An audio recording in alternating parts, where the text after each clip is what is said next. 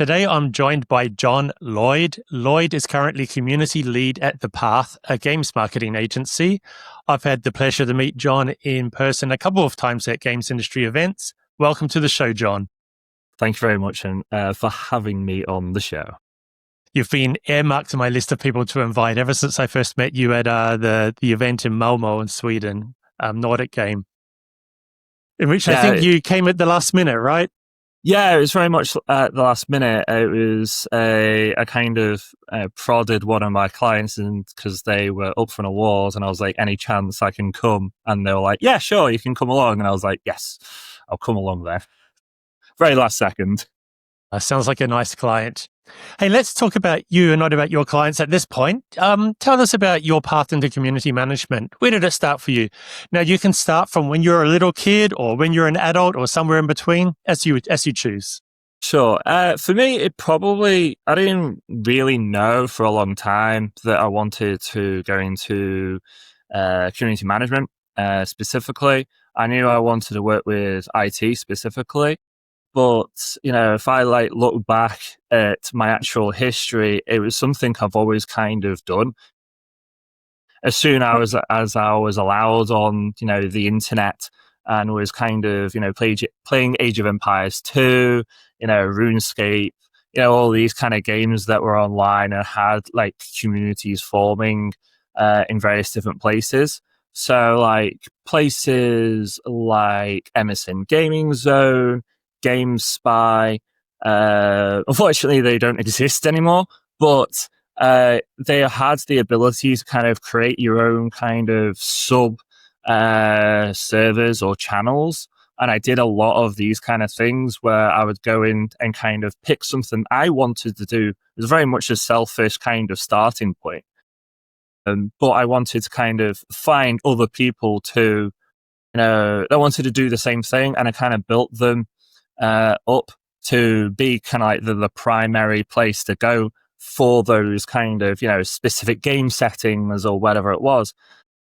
So I kind of started there.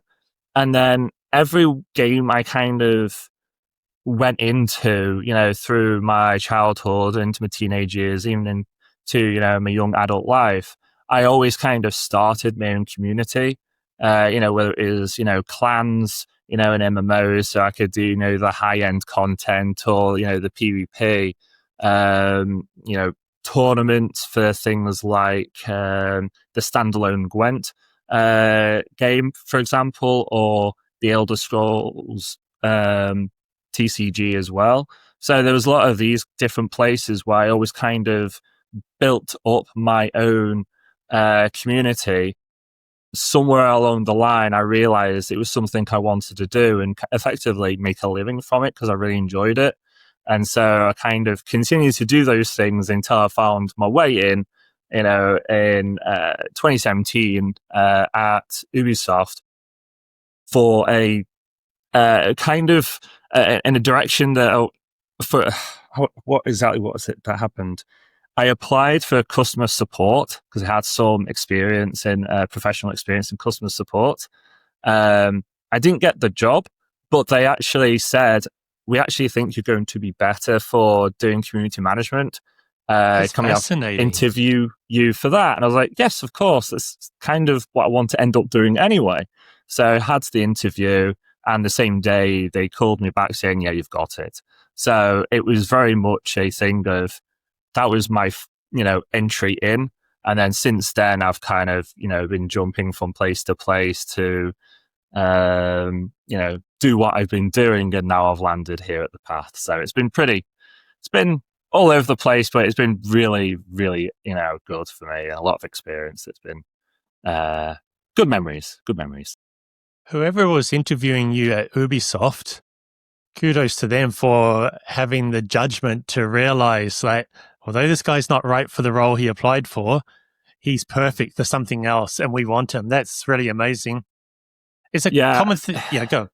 I say, I think I was very lucky as well in that sense because they were only hiring at the time internally for that.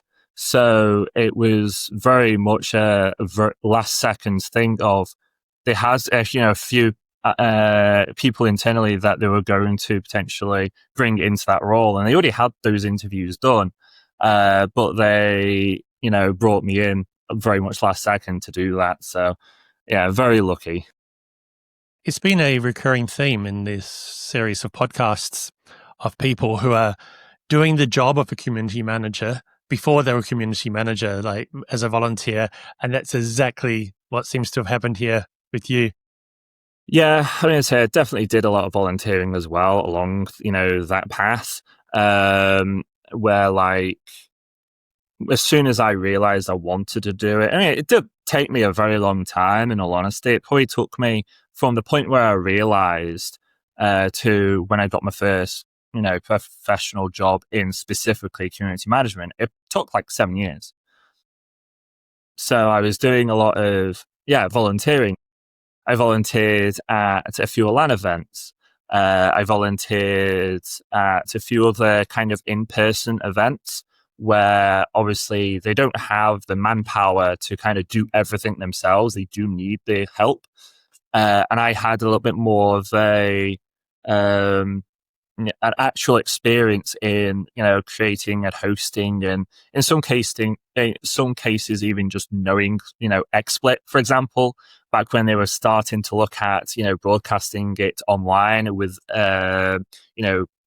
with specifically that program at the time, but trying to find cheaper ways to do the broadcasting, basically, because obviously Twitch just about was forming in like 2012. So yeah, it was a lot of conscious decisions that kind of led me down towards my final destination, basically, and thankfully not the one that is the movie. That's amazing, though. It takes so long. It really does take a long time. There's something a little bit tragic about the one part of the story when you mentioned that MSN Games and GameSpy don't exist anymore. And there's many of us today building up things online, building up tools and sites and applications and communities. The reality is in 10 or 20 years' time, people will be telling the stories, I was using that thing back in the day, but that doesn't exist anymore. Yeah, and it is very sad because, especially because when you think about the potential about some of these tools as well. So, like, MSN Gaming Zone and GameSpy, if you think about it, those in particular, they were very easy to use, where literally, okay, I want to play this game. You click on the game, it would take you to all the servers that are being hosted, the multiplayer servers and chat rooms that are hosted for those games. And then you just join a server and then you're done. But it kind of went away for a time because people just wanted to get in quick and easy. And now people are kind of slowly kind of wanting these, server lists so they can find exactly what they're wanting. So it's kind of coming back again. And I think part of it is probably because of Discord, right? People are joining these servers to try and find people to play with, but only in, specific ways. So they know exactly what they're wanting, but they can't quite find that with Discord, but they can kind of narrow it down with it. So this is why I think Discord's had the rise it has had, because of exactly that. It enables you to be in the community with the people you want to be in the community with. Yeah, exactly. Let's move on. I asked you in advance if you were willing to share a story of a challenge you faced as a community manager, and you asked me that if it would be okay to share something particularly dark, and I am happy to hear that because I think these stories have to be told. Would you like to tell us about this particular challenge you've faced as a community manager? Sure. I would say a bit of a trigger warning for people who might be listening in around death, basically. So with that kind of mentioned, there have been multiple times in my career where something's happened that a very select few within a community are very opposed to a decision that has, impacted how they have played a game. which has resulted in them, for whatever reason, deciding to send death threats. Wait, this is a decision you've made or a decision that the game studio or publisher has made beyond your control? Completely on my control. So this was like a balance change for a weapon, for example. So, for a lot of people, they might be annoyed at that. But generally speaking, a lot of people can be incredibly passionate about, the games they really like, which is great.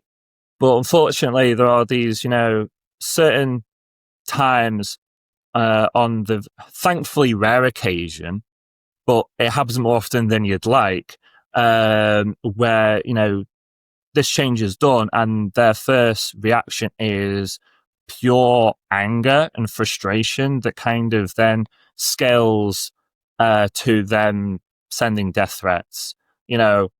They've never mean it. They say it in just pure anger, or very rarely do they actually mean it, I should say. But it is just coming from a place where they're so angry, where they feel like it is the right thing to do. And it can, unfortunately, in certain times, kind of, especially if it's done in public, other people who are similarly, as frustrated about a change might jump on that and also start sending these death threats. And it is generally very direct towards a studio, but every now and then when you are kind of like the known face of that game, they are directed at you specifically. And it's difficult, right? Because, there is this point in your mind, you have to try and parse it in such a way that you go, that it's not real in the sense of they're not going to come knocking on the door with, a weapon or a way to hurt you. But it's very hard to kind of move away from that and actually get your brain to remember that, because you're getting these threats to your life, or in some cases even them saying we're going to bomb your studio. No. Which we've had as well. They wrote this publicly or in private communication? Publicly in some cases. Ooh.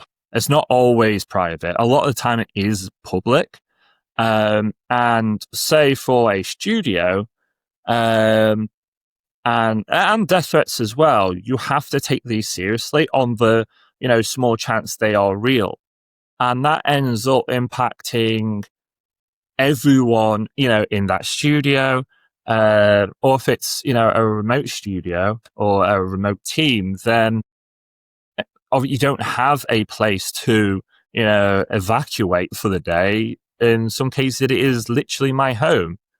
So how do you feel when you've received a death threat, and especially if it's been personal? What feelings, what emotions are you experiencing at the time? Multiple levels to it. At least the way for me is the way I kind of process it. There is that brief moment of, at least for me, where I'm going, okay, what do I need to do? So I would get evidence of what was said.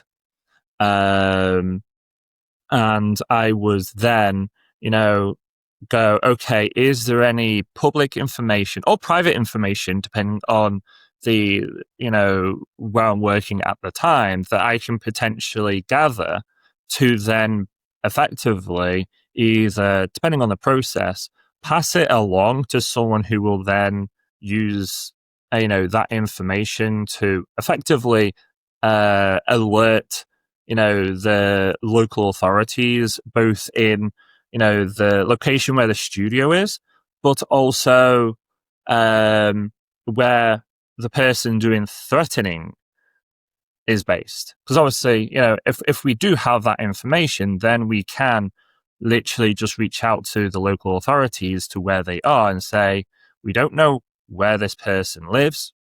Sometimes we do, because obviously people buy things online and it's a physical thing. You have to send it to them. But sometimes we don't. So we have to say, hi, this person, we don't know where they live, apart from it's in your city or town or whatever it is, has done these and said these things. Can you please make sure it's not a credible threat? Once that's kind of done, or if it's very much a public outcry moment, and I've kind of said my piece where, a couple of times I've literally had to say to people like, look, stop sending death threats to each other, because that has happened in the past. And to me and my team on, the server, it's Discord or on social media or wherever it is, just please just stop. It's not right to do, or whatever I say at the time. And once I've kind of said that, or in some cases just locked the server down so no one can say anything in some cases, I will literally then step away from my computer, let my, the team that I'm working with know that I've just gone through that. If they, they're not, it's my manager kind of thing, that they may not necessarily know the extent of what's happened until I tell them. So I'll tell them and go, look, I need to basically take time away. And I'll let you know how I feel tomorrow, depending on when it happens. I will then take, a step away from, my computer, social media, literally all these different places, and go out of my house and, find some, send a message to my friends and say, hey, can I come round, and literally just spend some time with friends. And effectively just to try and distract myself away from it. It sounds like a very healthy approach, very healthy. Yeah, and it very much helps a lot. The problem then comes down the line where it's okay, I need to go home again. I now need to, I'm in my own space where, in some cases I don't have anyone else to talk to. I'm alone with my own thoughts. And that's where it kind of starts to dwell, and it starts to, you get those kind of thoughts of, am I actually safe?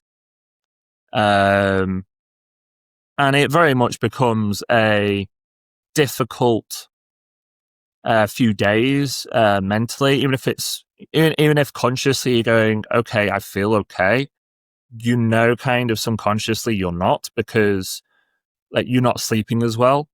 And if it's really kind of, if you're able to notice that it's affecting you, like you have to have days away. Like I ended up having, like the last time it happened, I ended up having to have effectively a week away from work, and reaching out to, a professional therapist and say, look, I've gone through this.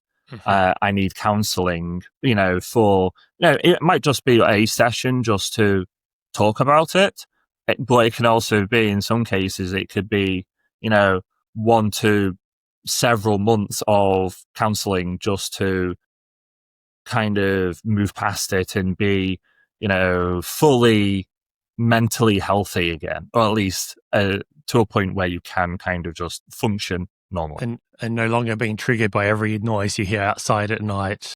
Yeah, exactly. Yeah. The closest I have had to that feeling was when the house I was living in by myself got broken into. And that night, I couldn't sleep all night. I actually had to call a friend and say, please come over, because I feel I just need someone else here in the house with me so I can at least get through the night. But that's not even a touch on death threats. I guess the common thing here is that your feeling of safety is being violated. Yeah, I think, especially in those situations, the people sending those death threats don't actually understand the impact it is having on someone. And like, almost every time it's happened and, the process has kind of fully gone through and all the rest of it, we generally would get a message literally the next day to them apologizing because they obviously the police have come and said basically checked that no, it wasn't a credible threat. Yeah. And unfortunately, a lot of the time it's, teenagers that have said this without thinking. And then they end up having to explain to their parents why the police have knocked down their door at midnight. And it I would like to think that kind of almost shock moment of, oh, there is this genuine consequence to something I've said online has kind of made them realize that not to do it, to treat people, online how you would treat them in person, these kind of thoughts. But a learning moment for them, but yeah, you've paid a heavy price for them to have a learning moment. Yeah, and that could be just one person. So, if this happens, on a day-to-day basis or week-to-week basis, which it does, in some places, right? Yeah. Don't you wish you were just community man? Not just, but don't you wish you were a community manager for cozy games, the ones in which there is nothing that can upset people? Yeah, I mean, obviously, I would like it to, people not to get upset ever anyway at any point. And I would imagine there will always be a subsection, even with a cozy game, even that I'd like to think it would never happen with a cozy game, but I also know in reality that might not be realistic. It might have a significantly lower chance that it probably hasn't actually happened. I would hope so. But with a game like Stardew Valley that has a big enough player base and the game is comprehensive enough, surely there must be one or two people there. Yeah, well, it's a question of numbers, right? At that point, where you could have 1 million people and it only takes one. Exactly, to ruin your day and your week. Let's move on to something more positive. Yes. You told me also that you're doing some mentorship work with an organization called Limit Break. Do you want to tell me what that is and what you're doing there? Sure. So Limit Break is a place for, generally speaking, disadvantaged people to find a mentor to help them in their chosen career. So this is, predominantly within gaming, but it is almost every avenue within, the gaming sphere. So it could be from, voice acting all the way through to community management to managerial. It could be, someone who is doing one thing. So, for example, community management for me. But say if I wanted to move into being a story writer, then I could try and find someone to mentor me on how to do that going forward. But it's a way for people to, whether it's new or already in the industry, to get kind of one-to-one support with someone who already has experience in the role that you are trying to move into. And I think it's incredibly valuable, and it's a way for me personally to kind of pass on my skills, experience, and hopefully help someone kind of find a job to make a living off it and be better at it, because they had the support from myself to do that. This is UK based? Yes. So it was it was started by a lovely person called Anissa, and she kind of started it from scratch. I believe by myself, but don't quote me on that. To kind of, as I said, kind of help people. So it's all started in the UK. We do have people from around the world, but it's primarily UK based. Okay. And you're mentoring people who want to become a community manager, I guess, your specific role Yes, there. exactly. So I'm purposely only mentoring one person to begin with, just so I can kind of ease myself into it, because I'm not someone that has actively taught someone before or anything. So I was like, I'll start with one and kind of go from there, just to try and help this person to hopefully get work in the future. And so far, it's been a positive experience on my side. I would hope it would be the same thing for her as well. Perhaps as a consequence of this podcast episode, you're going to get a few more people ask you for mentoring. Very welcome to help in that case. I do a little bit of mentoring and some formal paid coaching, and I have to say I find it so satisfying helping someone else get better at what they're doing. Really satisfying.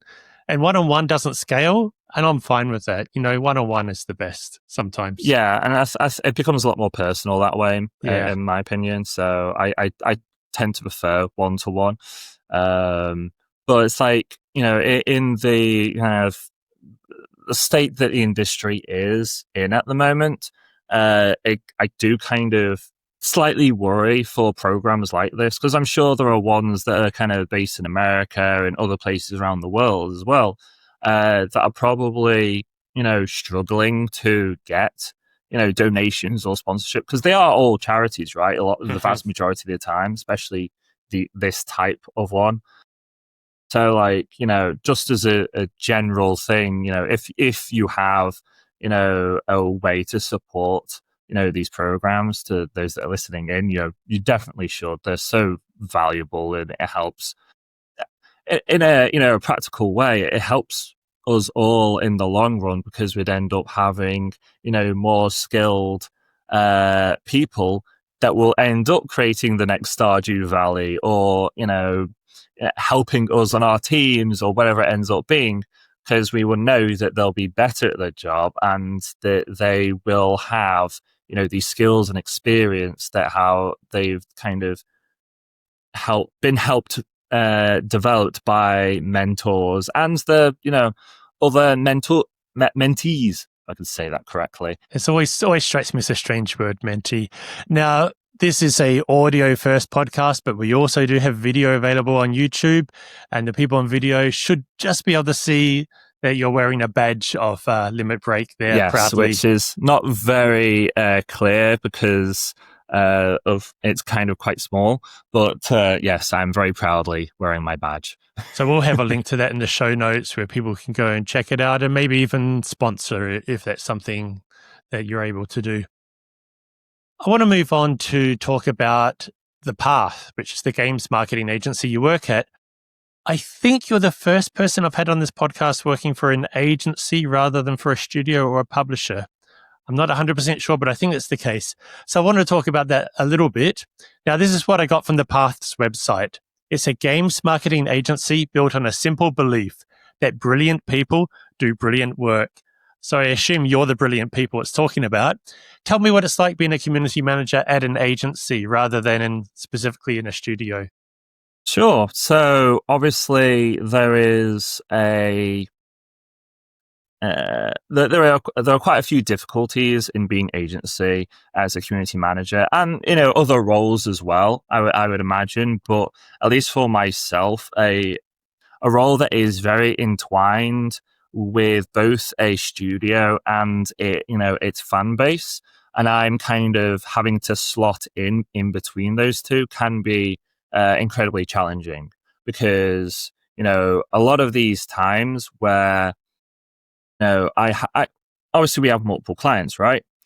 So it's balancing these multitudes of clients with their needs and wants, while also obviously in community, balancing the needs and wants of their communities as well, while kind of trying to ensure that the bridge between the studio and their player base is as robust as possible. So like that's kind of one of the main challenges that I currently and it will always face. But for me, I kind of one of the things I will always say to a client, during a kickoff or the first meeting or whatever it would end up being is, I want to be transparent. I will tell, a client or a member of the community if they need, about whatever it ends up being. So I would say, for example, this is what I personally believe in what community management is, because everyone has their own different opinions, and also different clients, as I said, will want different things. So I would say, this is what I believe community management is. Basically, making sure that we're on the same page. Once we are on the same page, I would then say, okay, I want to be a part of any relevant meetings around the game, so I know what's happening with the game, so I can then kind of develop anything around the community that they may want based on the information I'm getting internally. So I have to be, a part of effectively the studio or the indie, because they're not necessarily all studios. Just so I can make sure that I'm giving the correct information to the community, but also it means that I can raise up any issues or struggles that the community may be currently facing in that specific moment to them directly as well, in a generally in a format that I would have previously asked for, what they want that format to be in. So some cases it would be just a basic Word document. Other cases it would be an Excel doc, depending on what exactly a studio may be wanting. So yeah, it's a lot of work. So you're coming in as the expert.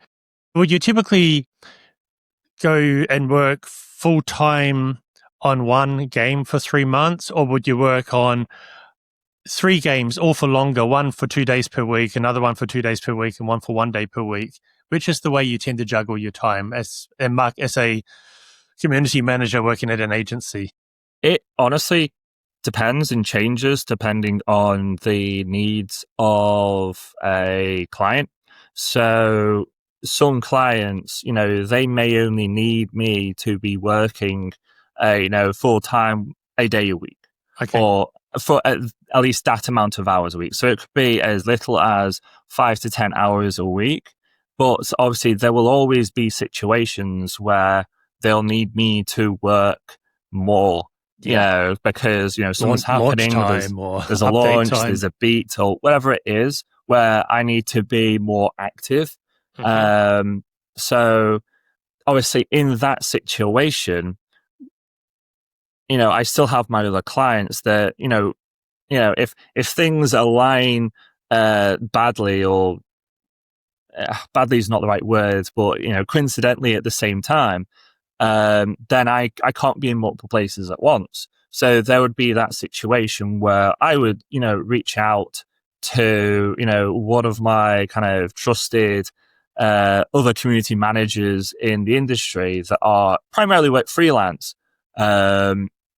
or are in between jobs at that moment, and be like, look, I need support for a week or two. This is what we can pay you. Is that in the right range for what you are looking for that kind of work? But we would know, generally speaking, all of if things are lining up that way in advance. Yeah, it's not a last minute thing. Very rarely is it a last minute thing. So we can actually plan and prepare. But that's just it's just project management, right? At that point, where it's just making sure that, okay, we need this for that, so we make sure we have this for that. And thankfully, I've got a network of people I can rely on for that. Not needed it yet, but I'm sure I will do. It's such a industry built on relationships and knowing people and making sure you keep meeting up with people. As has been my experience with you. Like, you helped me develop, right, and get into an event I didn't even know about, and actually it turned out to be a very useful event for me in the way that I actually ended up spending a lot of money with somebody who had the services I needed. I was actually going to develop trying to get customers. So I ended up going there and becoming a customer, but that's a story for another day. John, we have run out of time and haven't even got through half the stuff I wanted to talk to you about. But I do want to leave the conversation with one final question, the most important question. What game have you been playing lately? Past week or so, actually the past few weeks, I've been kind of diving back into Guild Wars 2 personally. I'm personally excited for the new expansion, but it's there's a massive and great community in that game, and it's pretty respectful of the amount of time I can put into it. So I don't feel rushed to do all the different things. So it's quite it's a nice relaxing game that I can do and spend as much time in as I want, and that's nice. And you say you're getting back into Guild Wars 2. Does that imply that you've played it a lot in the past? Yes, definitely. I've been playing it on and off since the game originally released, and I played the first one as well. It was one of those games that I kind of built a community in back in the day. Okay. So ended up one of the best, clans for a few weeks, where we managed to win the right games. So we just ended up at the top for a bit. That didn't last very long, but it was very much just. It never does. It was just very much a thing of, we'll do it for a bit of a laugh, and it ended up doing really well. I'm like, oh, cool. We're not actually bothered about it. We just thought it was kind of fun. So yeah, I've kind of come back into it, as I always do, multiple times a year, because, as I said, it's very respectful of my time. So I enjoy it a lot. More people in the industry and outside of the industry than we would care to believe keep coming back to the same game over many, many years. I have one or two that for more than 10 years, I've kept coming back to them because there's a familiarity, and sometimes you just have half an hour. You want to play games, you can't put in more time than that because, we're busy people. Yeah, exactly. And, I think it's even better when, these games can accommodate that as well, because not every game can and not every game does. But the games that, are able to kind of respect your time like that will always have people kind of coming back. And I think that's fantastic. And in some cases, you end up bumping into the same people that, maybe not have spoke to for many, many years. And they've come back at the same time, and it ends up being kind of, oh, how you been doing? So I think that's really nice. Well, that's all we have time for today. John, thanks again for being on the show. My pleasure. Thank you for having me. Where can listeners get in touch if they'd like to know more about what we've discussed today? Sure. So you can find me on LinkedIn at /Seriax. So that is SERIAX. Alternatively, you can reach out to me via email, which is john@thepath.agency. So you can find and talk to me at those places. And then obviously for Limit Break, it's simply just limitbreak.co.uk. And I'll have all three of those in the show notes. Bye, John. Thank you for having me. Bye, everyone.